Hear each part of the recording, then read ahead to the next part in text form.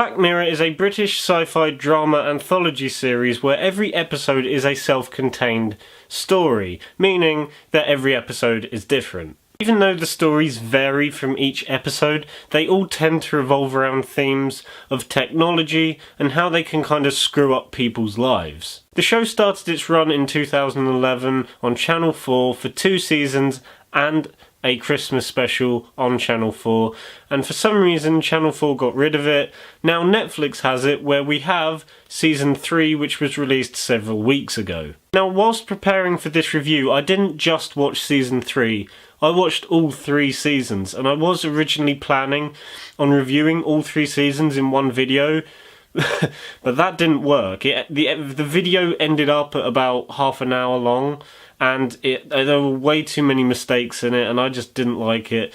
So I tried again, and this is the 3rd time I've tried to film this video. You will not believe how hard this very simple review has been.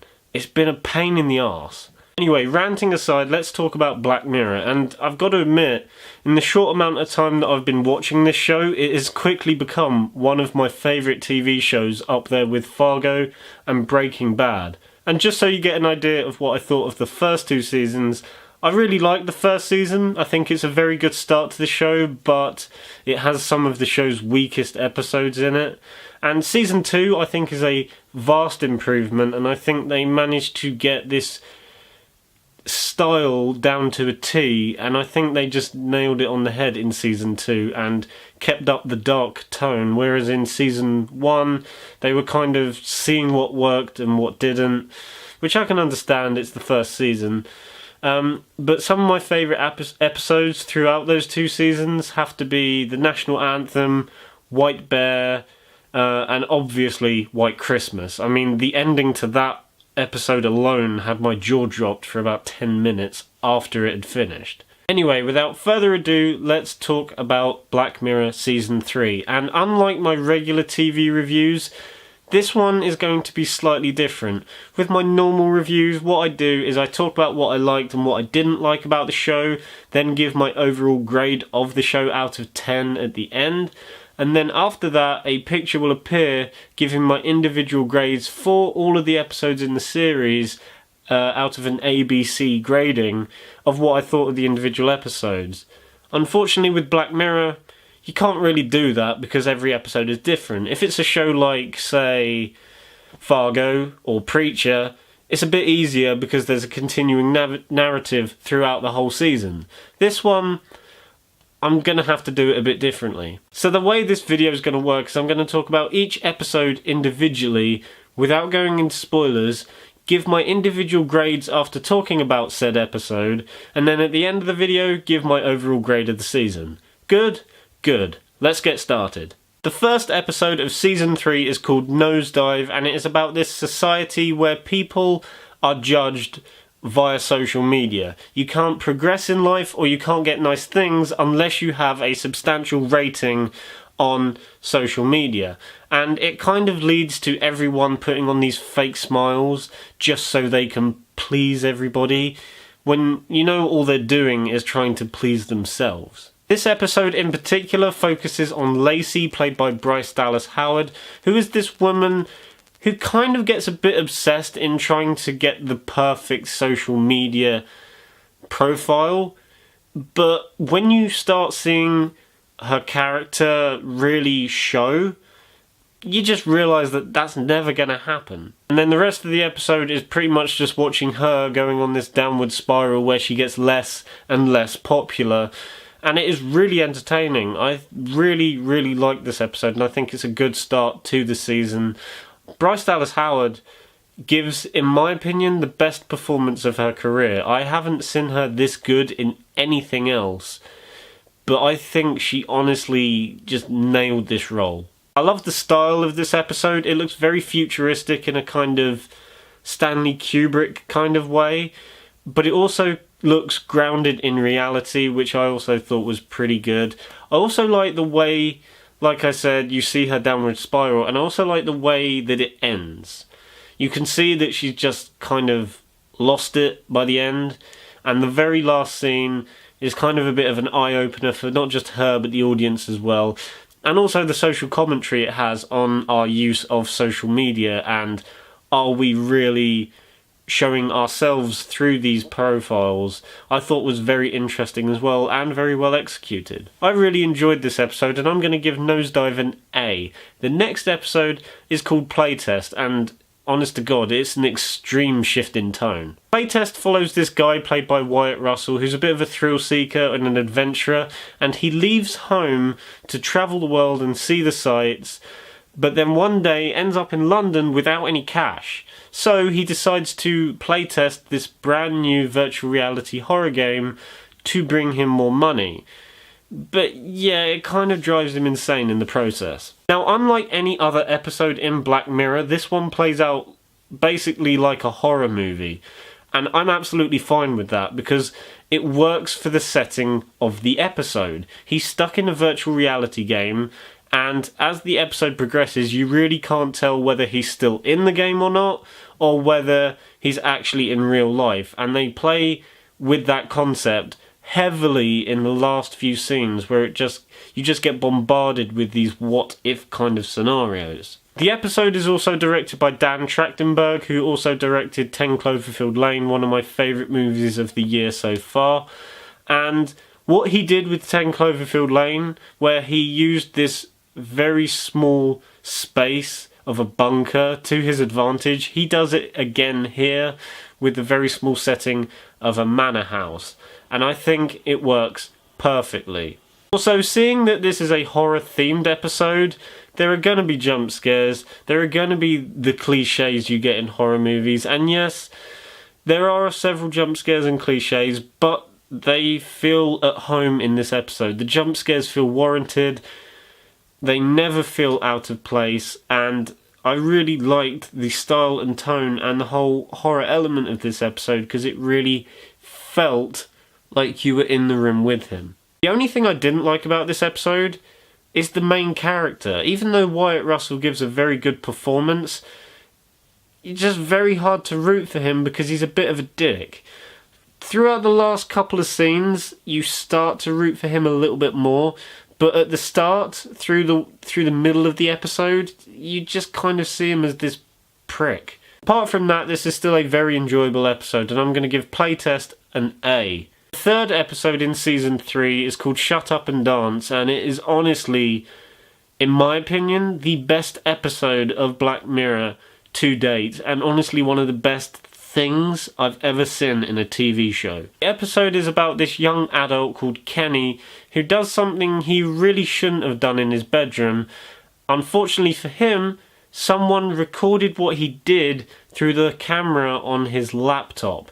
Now they are blackmailing him through text messages, and he must do everything they tell him to do, or otherwise the video of him doing the thing gets sent to everyone in his contacts, and in all fairness, no one wants that, do they? Now, there are so many different reasons why this is one of my favourite episodes, but one of the main reasons is that compared to all the other episodes in Black Mirror that are either set in the near future or the far future, this one feels like it could happen right now. It's the most realistic episode out of all of Black Mirror, and it just makes it more harder to watch, and I mean that in a good way. Another thing I loved about this episode are the performances. Alex Lawther, who plays Kenny, I haven't seen him in anything at all, but his performance in this episode is phenomenal. It's so good. It's believable. You can see that he's scared, and it never looks fake. He looks like he's shitting himself, and in all fairness, anyone in that situation would be. Also, Jerome Flynn is in the episode, who plays this guy who ends up getting tagged along in a similar scenario to Kenny, meaning they have to work together, and I thought he was very good in this episode as well, but it's Jerome Flynn. He's pretty much good in anything that he's been in. However, despite all of that being really, really good, the one thing that absolutely makes this episode miles better than anything I've ever seen is the ending. The final scene of this episode ruined me. It had me shaking, in tears. I was a crippled mess on the floor. And it just completely... It works. That's the best thing about it. It works. Because throughout the whole episode, you're rooting for Kenny to get one up on these arseholes that are sending him the text. But then the ending happens, and it pulls the rug out from under you and flips everything you thought you knew. And it's just done in such a way that you just kind of feel sick inside. And I know that doesn't sound pleasant, but I've never been affected like this before by watching anything. So they must have done something right. So with amazing performances, great direction, interesting story, realistic tone, and an ending that floored me, I'm obviously going to give this episode an A+. If I could, I would give it like A infinity.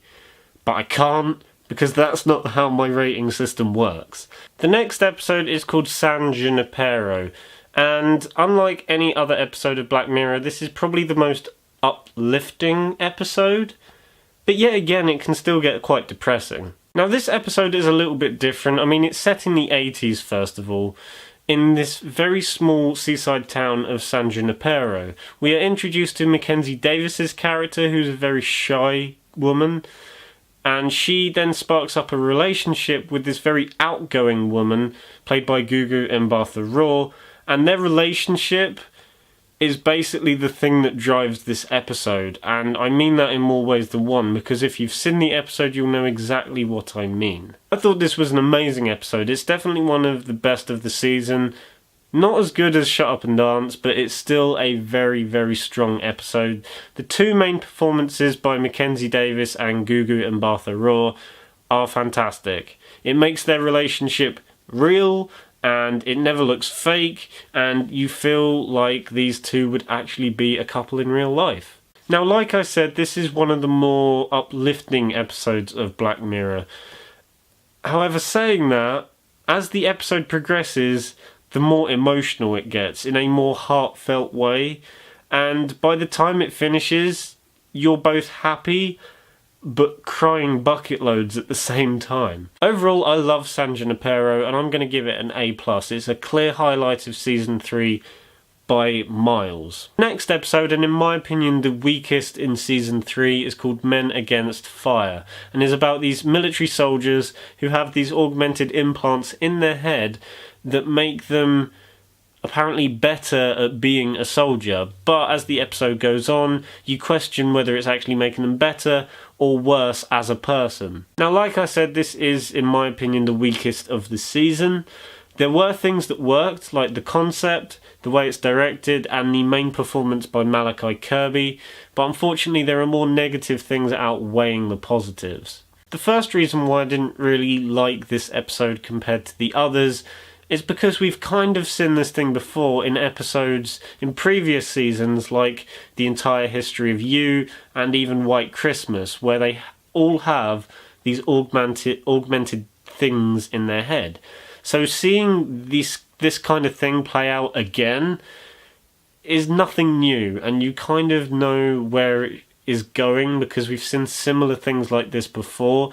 Not in this style of like military soldiers, but we've seen the whole augmented implant in the head thing before, and the novelty kind of wears off. Also, the way it ended, I wasn't that keen on. The scene where he's being interrogated I thought was good, but it's the very last scene, the last shot, that I didn't quite like for some reason. Overall, it's an okay episode, but there are better ones out there, and I'm going to give Men Against Fire a B+.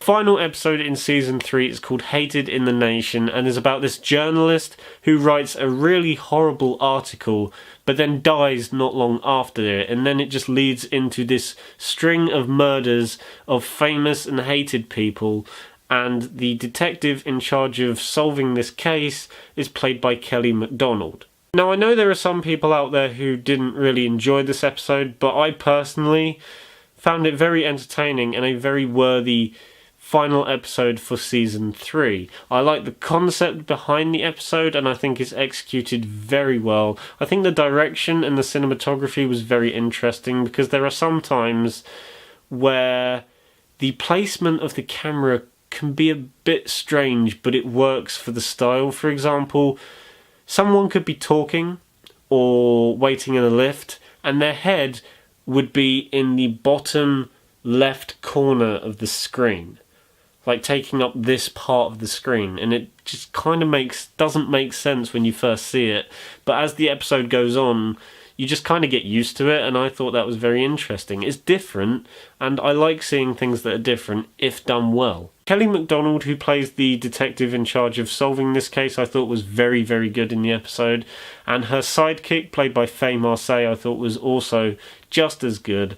The score as well, I loved. It reminded me a lot of the score for Under the Skin, starring Scarlett Johansson, and I think it really worked for the dark tone of this episode. Now, in regards to things that didn't work or things that other people may not like, compared to other episodes of Black Mirror, this one plays out a bit more like a conventional crime thriller, which I've got nothing against, but I know there are people out there who prefer the unique nature of the show and will expect something a bit different. So there is that to take in mind, as well as the fact that they introduced this whole thing with robotic bees that at first seems a bit odd and doesn't fit with the realistic style and tone of the episode, but trust me, the bees work. Also, I personally thought the ending was a bit weak. Overall though, the episode as a final episode for season 3 worked really well, and I'm going to give Hated in the Nation an A. In regards to the whole season though, this is easily my favourite season of Black Mirror to date, for the sole purpose that there is more variety in terms of themes, style and tone than any other season of Black Mirror, and I'm going to give season 3 of Black Mirror a 10 out of 10. It deserves every mark I can give it. So guys, that was my review for season 3 of Black Mirror. Let me know in the comments below what your favourite episodes are, if you've seen it, or if you want me to talk about the first 2 seasons in separate videos in a bit more detail, because I would happily talk about them. Apart from that though, remember to like the video if you enjoyed this video, and subscribe to the channel for more videos like this. And I will see you in the next one. Bye.